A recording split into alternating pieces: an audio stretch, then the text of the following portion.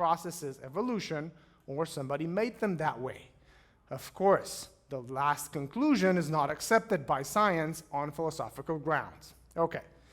Then we talked about mutation, as they never provide new information, something that did not exist. Mutations are at best neutral. When the organism stays basically the same, it just has a different trait. But mutations do not create new information, something that the organism didn't have, and now it has something better because of mutations.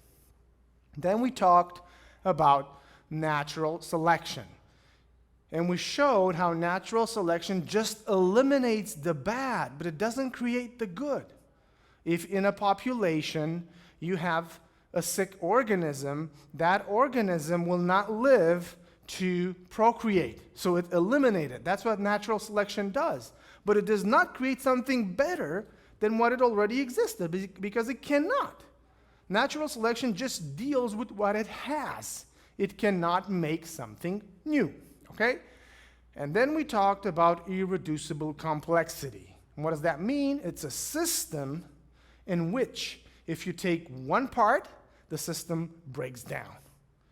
And we showed how those systems cannot be formed through step-by-step processes, because the differences between the functional systems is too big to be achieved by step-by-step, through step-by-step processes. For example, you remember how we talked about the flagellum of the bacteria, okay, the thing that pushes the bacteria, that has about 40-something parts, and they discovered a similar system of only 20-something parts, which is a secretory pump. A bacteria has a pump that pumps something into another organism. And they say, see, this system was adapted to create the other system through natural selection. Yes, you can say that, but you didn't prove anything, because there's 20-something steps between them. And in between, from the secretory pump to the flagellum, you have intermediate steps in which the system doesn't work, doesn't perform any function. Why would natural selection preserve that? That's just a waste of energy. It would not preserve it because it doesn't do anything. It does something when it's 20-something parts, the pump, and it does something when it becomes a 40-something part, the flagellum. But in between, there's no function. Why would evolution cannot, and natural selection cannot look ahead and say, oh, I still have about 15 parts to evolve, so I'd better keep this until we get the full flagellum. Doesn't work that way. Evolution doesn't have foresight. So evolution can only work with what it exists. And when we have a irreducibly complex system, they're best explained by an intelligence, even if we like the conclusion or not, but that's just the best explanation. So we talked about that. Now, we are going to talk a little bit about the past. What does the Bible and what does evolution say about the past? How can we relate to that? Until now, we did not talk about the Bible a lot. We just talked about intelligent design, and we said that intelligent design philosophy is that you cannot know who the designer is through science. We can just show that the better explanation is that we have a designer. But through science, we cannot know who that is. Is it the God of the Bible? Is it Vishnu? Is it Allah? Is it an alien civilization? We don't know. We cannot know through science. So we need to put in additional methodology to figure out the identity of the designer. Okay? Now we're going to talk a little bit about the Bible. We're going to connect to the Bible because we believe in the Bible. And there are several people in the world who believe in the Bible, and hundreds of millions of people, okay? And they believe what the Bible is true. What the Bible says is true. However, that belief contradicts or comes against what certain disciplines of science say about the past. So let's go into it a little bit, see if we can discern what's going on. Okay, let's see what evolution says about the past, okay? The evolution says that the universe, when I say evolution, I'm talking about all those disciplines of science that deal with the origin, okay?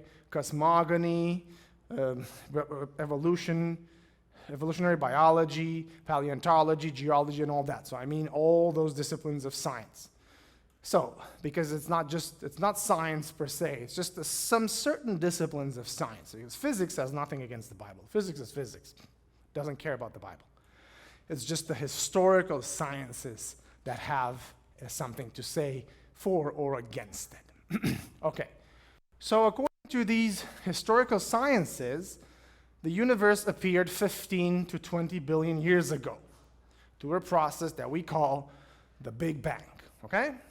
The Earth was formed with a solar system roughly 4.5 to 5 billion years ago. Life appeared roughly 3.5 billion years ago, and modern humans appeared roughly 100,000 years ago. That's what these historical sciences say. The Bible, let's see what the Bible say. Does the Bible say, as a question I'm going to ask, does the Bible say that the universe, solar system, life, and humans were created 6,000 years ago? That's what most people think the Bible says. We talk about 6,000 years ago, 6,000 years ago. Well, actually,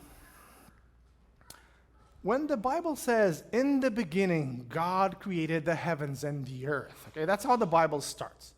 In the beginning, God created the heavens and the earth. And because we have a week there at the beginning, and because there are some dates in Genesis, people calculated and they said, oh, see, God created the universe 6,000 years ago, roughly.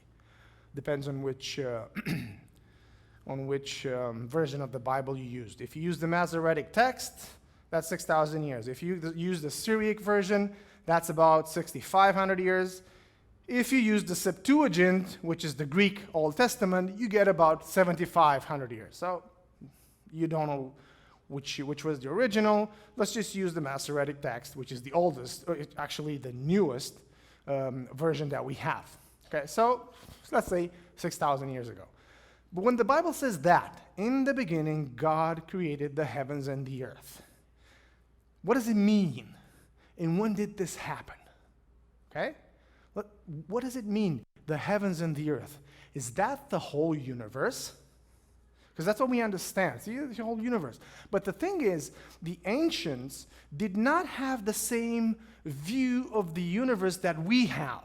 Okay? Because according to modern science, to cosmology, we were able to see a lot of this this modern universe. We know how it looks like. We know that we live in a solar system with a sun around which we have some planets revolving. We know that this sun, along with some other 200 trillion suns, revolve around the center of our galaxy. And we know that our galaxy also revolves around the center of a local cluster of galaxies, and so on and so forth. See a lot of stars, huge number of stars and planets and galaxies and all that. The ancients did not have that. They didn't know about this. They looked at the sky and they saw sun, moon, and some stars. And that's it. That was the universe. I mean, some theologians say that this is what they believe about the universe. Not everybody's convinced about that, but the ancient Hebrews basically believed the earth was what it was, flat, round, they didn't care, and they just had something above it, and that was it. So, they didn't know how big the universe was. And at this point, it's possible that when Genesis 1:1 talks about the heavens and the earth, that just means what they were able to see. That is the solar system, or whatever. They were able to see the sun, the earth, the sun and moon, and the stars. We'll come back to the stars immediately, because that's one of the points in which some people say that God created the whole universe 6,000 years ago, because verse 14 in Genesis 1 says he also created the stars. So we kind of think God created the stars on the fourth day of the week of creation, which was 6,000 years ago. Hence, the universe was created 6,000 years ago. But That's not actually what it says. Now I'm saying, it's possible that God just meant what they saw, because God works with human ignorance. God doesn't take pleasure in robbing us of the pleasure of discovering it ourselves. That's what's called scientific discoveries. God likes us to discover things, and most things he doesn't reveal to us that we can discover on our own.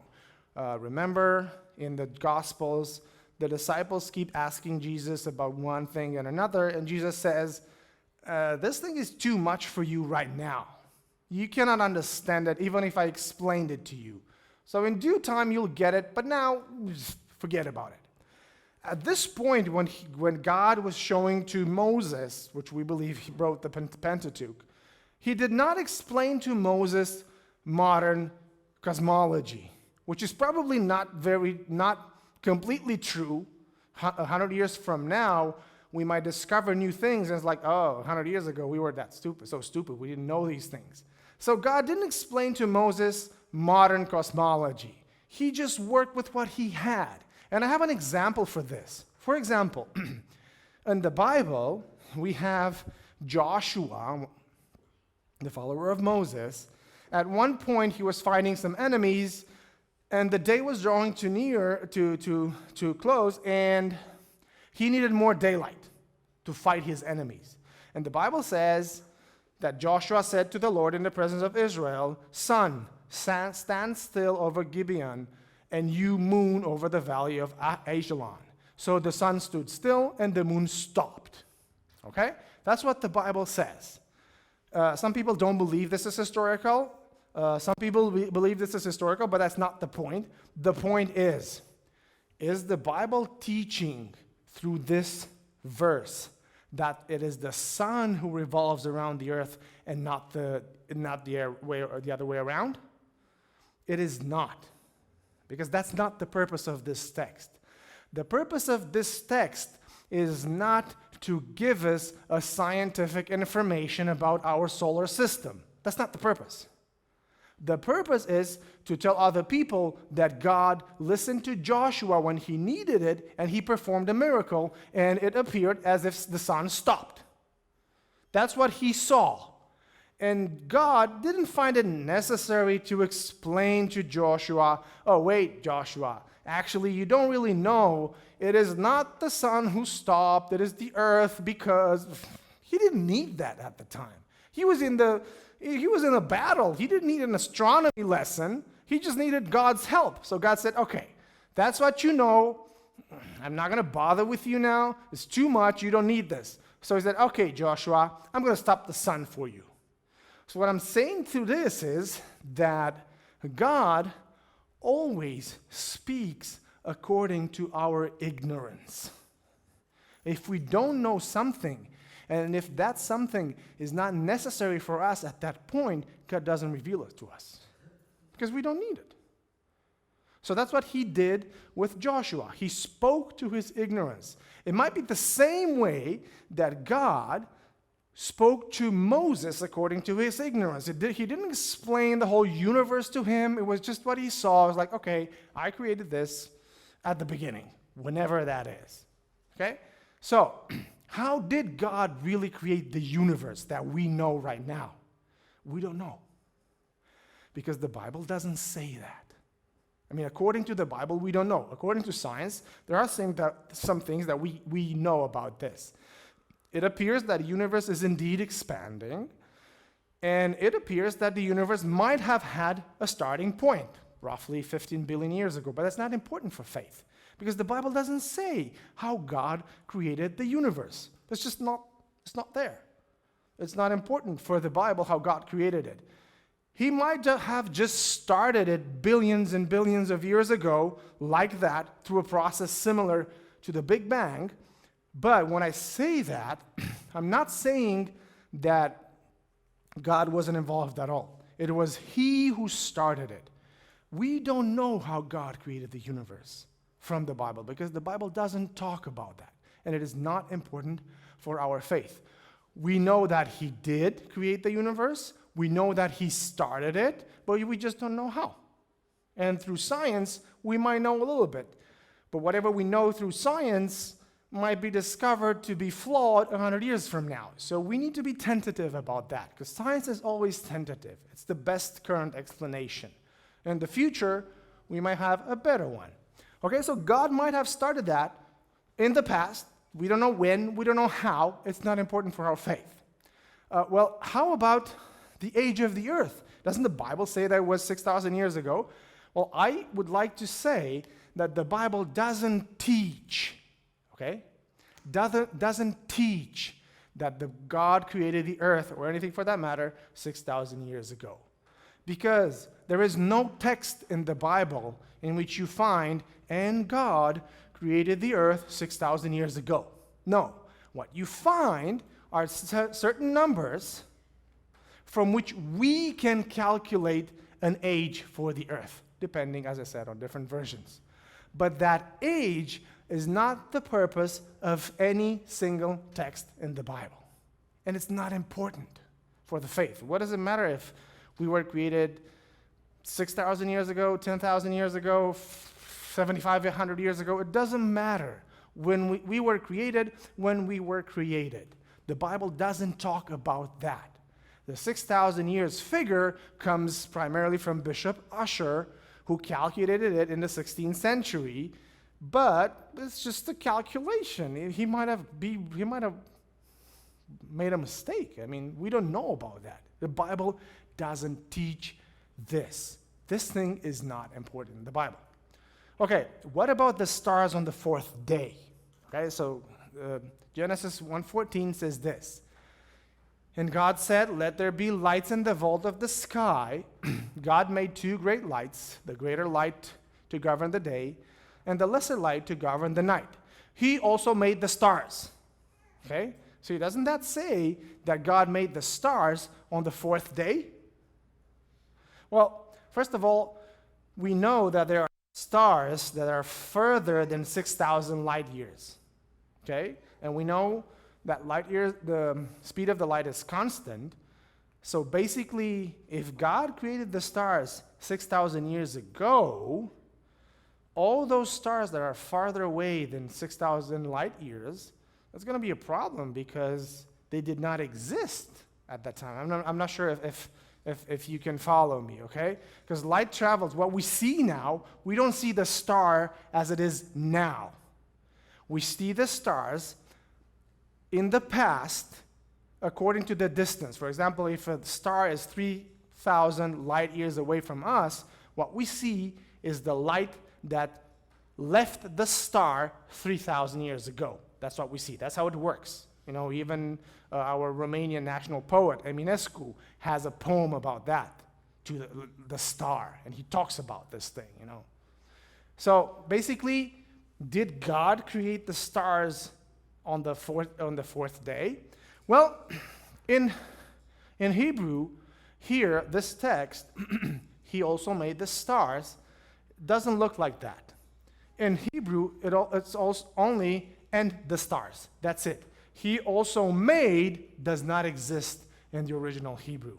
That's something that is added by the translators. So what we can have, the stars mentioned at the end with no verb, and the stars, and could just refer to the fact that they are to shine the night with the moon. For example, we can read this. God made the two great lights, the greater light to govern the day, and the lesser light to govern the night with the stars. That's a possible interpretation. That's a possible reading of the text. To govern the night with the stars. Second thing is, there are some theologians who say that the syntax in verses 14 to 16 is different. And you could also read those as this. And God said, let the luminaries in the expanse of heaven as if they were already there. Okay, so you remember when God creates the expanse, let there be an expanse, it shows that it wasn't before. Here, the way the text is structured can signify that they were already there. I mean, the ancient people did not have a lot of knowledge about astronomy, but they were not stupid. People in the days of old were not stupid. They were as bright as we are right now. And they knew that whatever light we have comes from the sun. They know that. It's not that they didn't know it. So it is possible that this text tells them that God made them shine on that day. He didn't make them, he just made them shine. Maybe as Moses was there and he saw what God did, maybe God just, pulled something, the clouds or whatever, and he was able to see the stars, the moon, and the sun clearly. We don't know exactly, and this is just speculation, but what I'm trying to say is that there are readings of the text that are not incompatible with what we know by science. Okay? The text doesn't mean that God created all the stars on the fourth day. It doesn't say that. Okay, now that we talked about the universe, let's go a little bit further. What about the earth? Doesn't geology say that the earth is billions of years old with fossils containing layers being hundreds of millions of years old? Well, if that were true, this will be a problem for faith. Only this is a problem for faith, not what we discussed before. Because it's not just that the layers of the earth are old. No, they're fossil-containing layers. Okay? What does that mean? That means that if that is the history of the earth, it means that there were animals that lived and died for hundreds of millions of years until humans came. That's what it means, if that's true. And from a faith point of view, that means that there were death on earth before sin. Okay, so the Bible presents the problem of evil as the result of the sin of Adam and Eve. Okay, and everything from that sin, everything came upon nature. The Bible presents God creating a perfect world with no sin and no death. Adam and Eve sinned, then death came upon the world. Okay? Now, if this is true, that completely changes the picture. That's why it's important to know, so what can we do about this? Because what they have, there's hundreds of millions years old of layers with fossils. That is, was there life hundreds of millions of years ago? And humans only come at the top. So basically, the geologic column seems to have, I'm saying seems to have because there's a lot of interpretation involved in it, seems to have less developed animals at the bottom with most advanced animals at the top. But that is also an interpretation because trilobites, for example, I'm going to make a small parenthesis here. There's not enough time to talk about everything that there is about this. So we might need to do something further, maybe next year in the future when we detail this. But it's just not enough time. But I'm just going to mention this. Some of the fossils that are found at the bottom, trilobites, for example, are not primitive at all. They just say they're primitive because they need to fit the theory, but they're very complex animals. So that's why I'm saying they just appear to be less advanced, because that's the general story, but they're not. They're very complex. So this is the question. Is this the correct description, or is it not? Well, the thing is, there's two main ways of dating the fossils. Actually, the geologic column. I didn't mention carbon dating here because carbon dating only goes as far as 50,000 years ago, so it's fairly recent in terms of our Earth. It doesn't really matter. So you can include it in the radiometric dating, but it doesn't matter for now, right now. So we have two main methods of interpretation. We have uniformitarianism, which is the present is the key to the past in terms of sedimentary rocks, and I'll explain what that means. And we have radiometric dating for volcanic rocks. So, where's that guy? No, I lost him. Charles Lyell was one of the first people who started to doubt flood geology. He says, well, the Bible, I don't think the Bible is that true because we need to consider the present as a key to the past. And what he did, he went and measured the rate of deposition in rivers, and he saw, every year we have maybe 2 centimeters of layers deposited. we measure the whole geologic column, we divide it by that, and we find, and he found at that time, that the Earth was 70,000 years old, which for that time was very old, because everybody believed the Earth was 6,000 years ago, according to the Bible. So that's how uniformitarianism works. They measure the rate of deposition now, then they measure the whole layer, then divide it, and they find the age. But that doesn't take into consideration any unexpected events, like a major flood. The normal rate of deposition could be 2 centimeters per year for 100 years. But then a major flood comes by, and then you have 2 meters of deposition in a night. So that doesn't take into consideration that.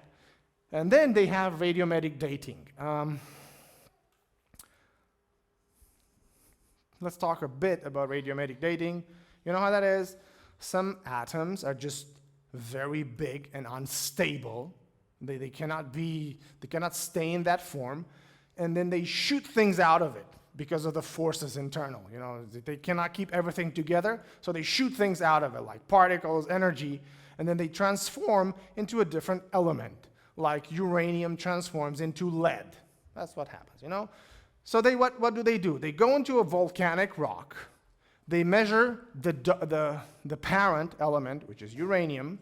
Then they measure the daughter element, which is lead. They make the proportion, and they say, oh, see, this is, because they know the rate of decay, and say, this is how old this rock is. But for that to work, there need to be 3 things. They need to know the conditions at the time of formation. So they need to know there's no daughter element when the rock forms. You cannot know that, because that formed in the past. How would you know if there was any lead in the rock? You don't. You just assume all the lead in the rock came from uranium, but you cannot assume that, okay?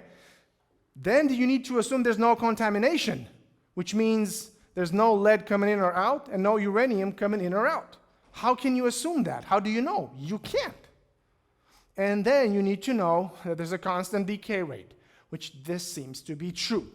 But the problem is that for people who believe in a fairly recent geologic column, the problem is that they use several radiometric dating methods, and they all seem to point towards the same dates.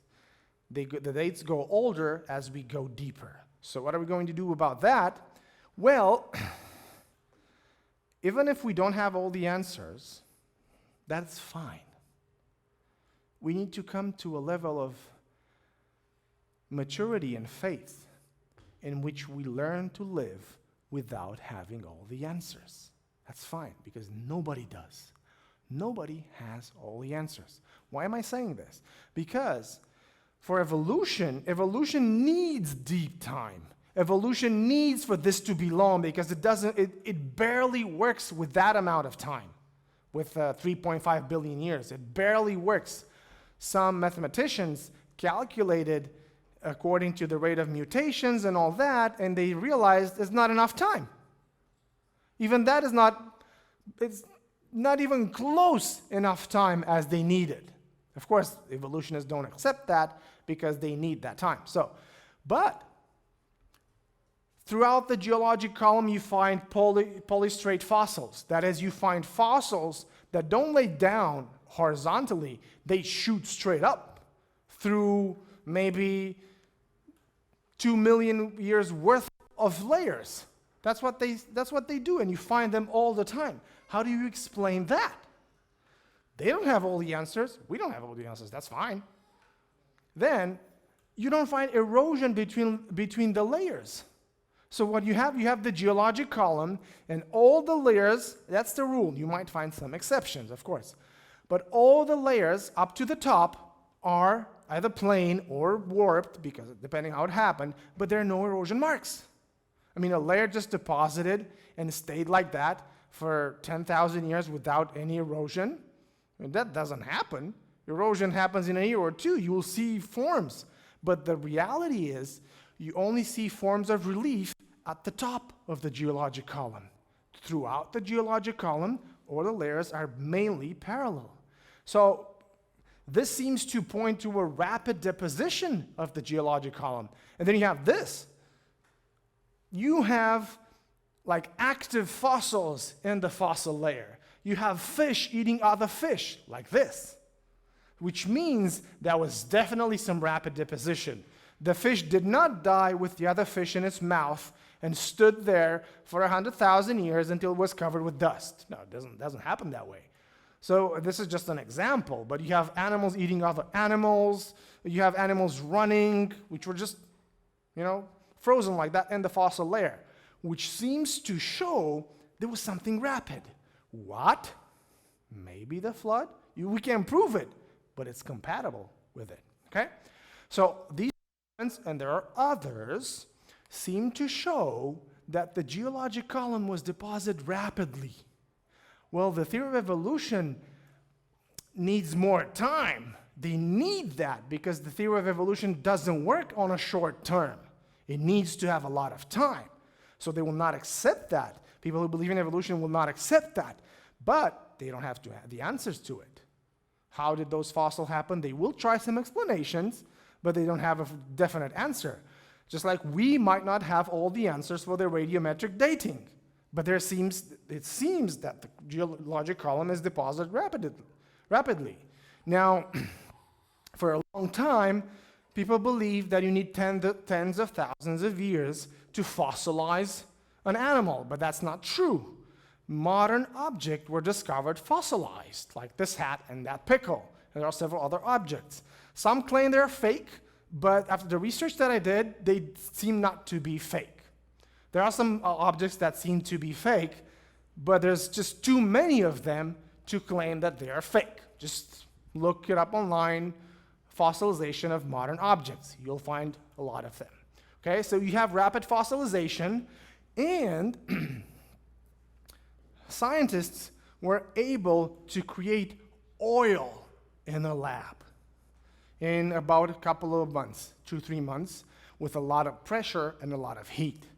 Again, before they discovered this, scientists believed that you need hundreds of thousands of years to have oil formed. Well, they discovered if you increase the pressure and the temperature, you can form that rapidly. So you don't need long time for oil to form. You just need a lot of pressure. And when you have a huge geologic column pressing on the biomass, there you go. You could have oil very fast, okay? And we're trying to come to the end. There's just too many things to talk about, but I'm just gonna choose the most important one, which is the dinosaurs. What about the dinosaurs? Are there dinosaurs? Were they real? While some people believe they're not real, of course they are. They found their fossils.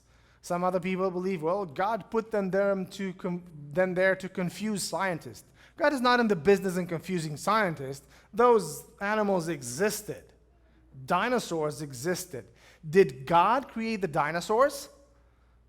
Well, yes. Who else created the dinosaurs? But then the question comes, well, if he created the dinosaurs, how do they fit in the pre-sin ecosystem when there was no death? Where a lot of the scientists say this is the most ferocious predator ever. It's the T-Rex, Tyrannosaurus Rex, the apogee of carnivores. Well, we don't have an answer to that, a good answer. But the thing is, do you know what this animal is? Looks fierce, doesn't it? That's a panda. That's a panda. And we know that pandas don't eat meat. They just eat bamboo. And that's a panda skull.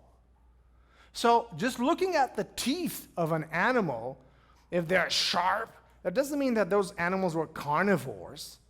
I've heard Walter Feith talking about T-Rex, and I haven't found other opinions about it, so I don't know. I'm just going to say what he says. It's possible, but it might again not be true. He doubts that the T-Rex were carnivores. And he makes some very good points, but I could not check them. He says that the teeth of the T-Rex are hollow. And they do not make good teeth for ripping. Because they're hollow, they break easily. So he says I would assume, he says, that those teeth were made for chewing and ripping just large vegetal mass, like trees and branches or whatever. I don't know. It might be possible. And there's another point that he makes, that large-bodied animals do not make good hunters because of inertia. Hunters, carnivores, need to be sleek, and to be able to run fast and change direction rapidly. Remember, if you look in the wild, you have animals like the lion, the tiger, the cheetah, and panther, and wolves. They're all very fast, small-bodied animals.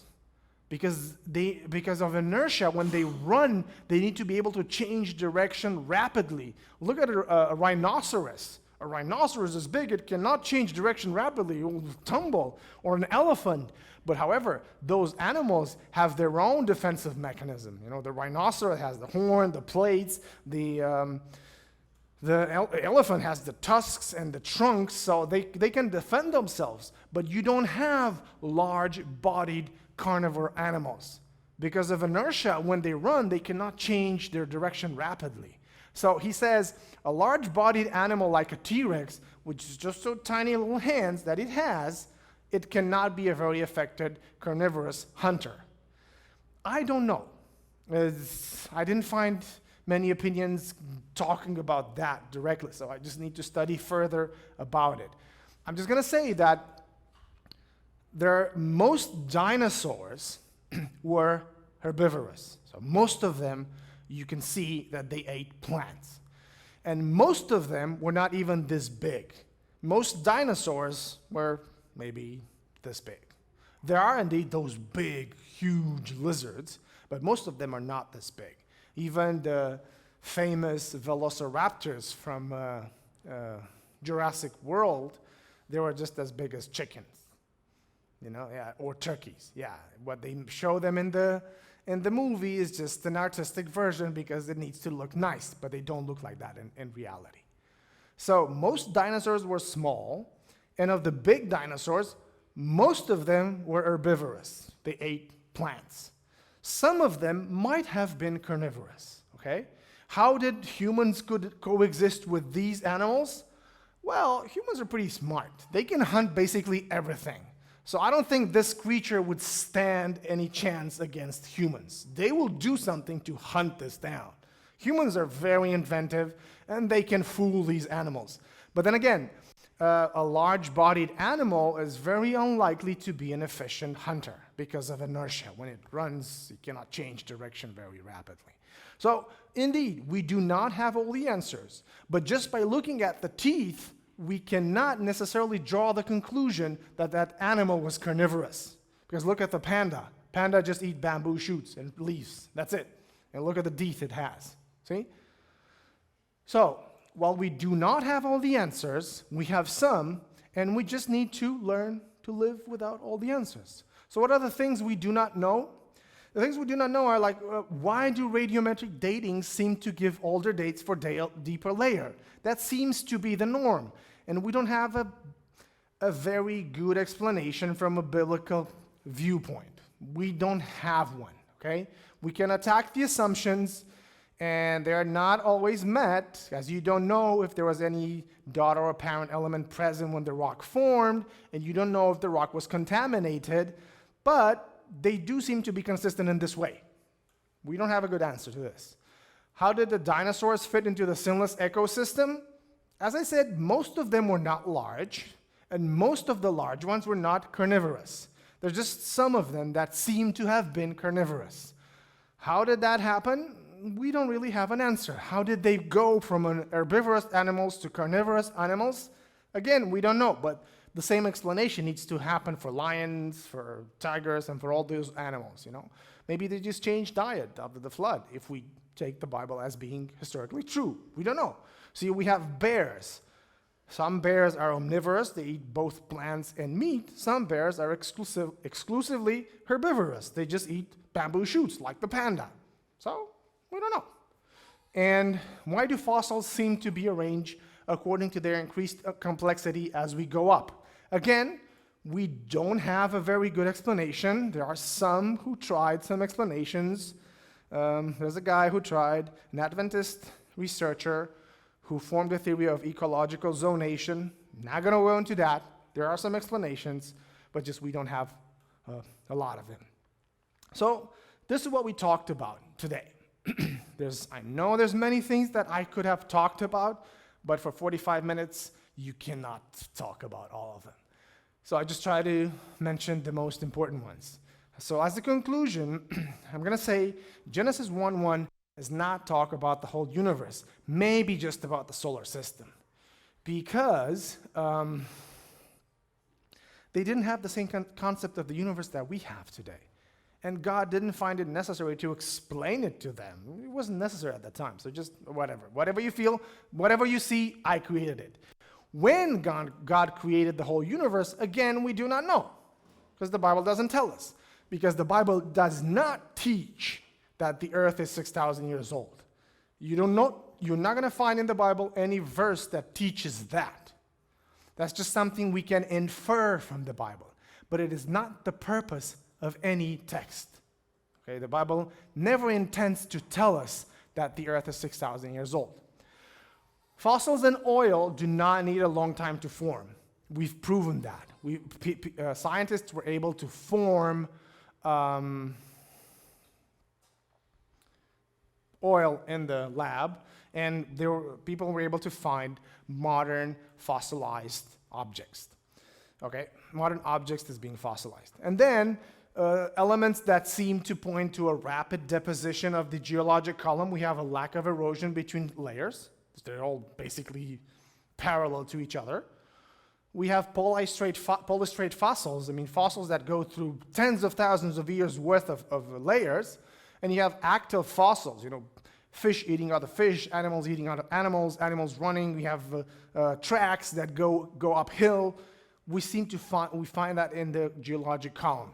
They all point to a rather rapid deposition of the geologic column.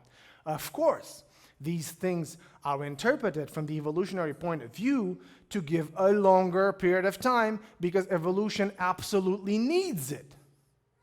If we were ever able to prove that the geologic column formed rapidly, the evolutionary theory will just fall down completely because evolution needs long time.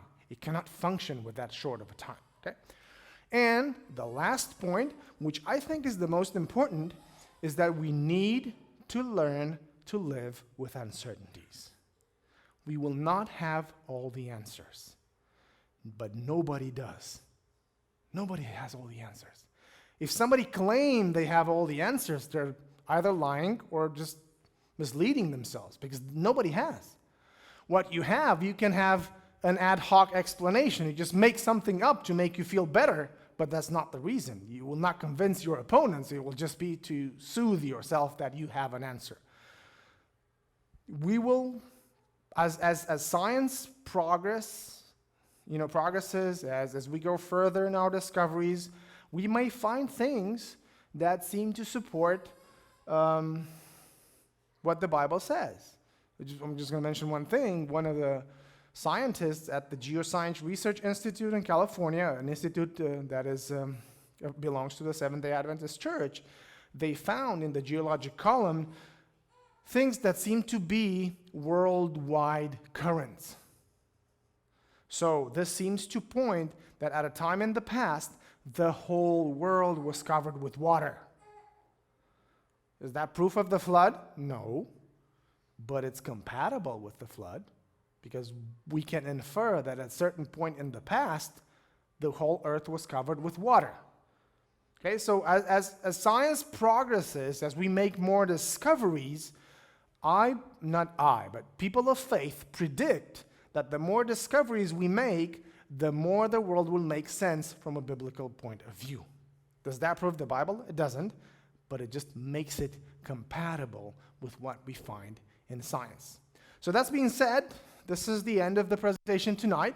Hopefully it wasn't too fast or too boring. And if you have any questions, right now is the time to ask them. Any questions about this? Yes, please.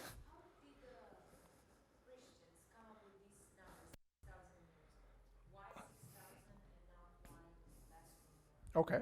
Well, if you add the numbers of the patriarchs, the ages of the patriarchs, you find roughly, I don't remember exactly because I did the numbers myself, but you find something like 15 to 1700 years from the creation to the flood. And then they add the numbers from the flood to the Exodus, and they find some other, hundreds of years there. Then they figure out the Exodus happens sometimes around 1500 years before Christ's birth.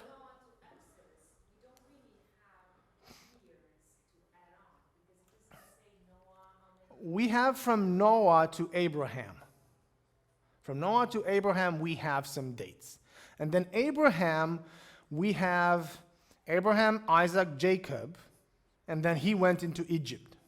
And then the Bible says that the Israelites stayed in Egypt for about 400 years.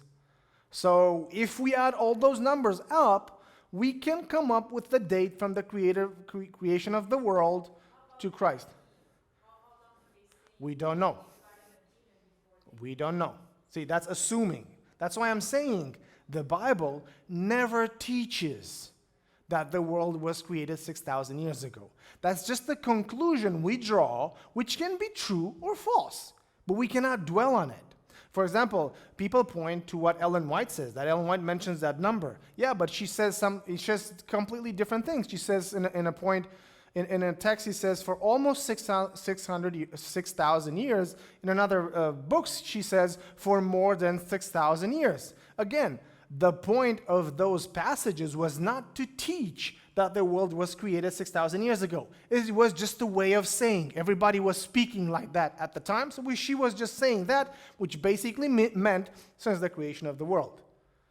It did not tell us anything about the date of creation. It just meant since the creation of the world. So that's why I say the Bible doesn't teach that. It's just us who draw the conclusions, who put the numbers together, and we come up with some numbers which may be true or false. Because there's three major versions of the Old Testament. The Masoretic text, which is in Hebrew, which is the newest one, okay, that we have. It's the Septuagint, which is the Greek version of the Old Testament, and the Syriac version of the Old Testament, the Peshitta, and they all give different numbers. So which ones are the correct ones? We don't know. That's why we cannot be dogmatic about this. We do believe that life on earth is fairly recent, 10,000 years, 15,000 years, we don't know, but it is fairly recent, life on earth. According to the Bible, life on earth must be recent, and all life was created at the same time. There is no evolution. Because there is evolution, you have death before sin, and that creates a whole lot of new problems. There's solutions for that, reinterpretation, but it's completely different. Okay, thank you. Any other questions? Yes. That's a very good question. Assumingly, yes, they might have. The question is, did the dinosaur go on the ark? We don't know. The Bible says that God brought to Noah of all the animals. So assumingly, they were on the ark.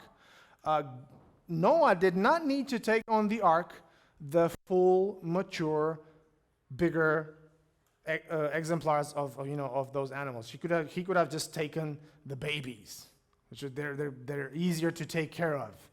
But we don't know. Maybe God decided that some of those animals would have been too dangerous for humans after the flood. Maybe he didn't save some. We don't really know. Maybe they were on the ark, but they just could not survive the conditions of the planet after the flood. I haven't talked in here about ice ages. It's too much material. But it is possible that the period of immediately after the flood was cooler because of all the water around that, reflected more of the sunlight, and it didn't have enough earth to draw the heat of the sun so that it warms the ecosystem. So it is possible that some of those animals were on the ark, but we're just not able to survive in the conditions after the flood. We don't really know. That's why I say we don't have all the answers, but that's fine. We can live with uncertainties. Any other question?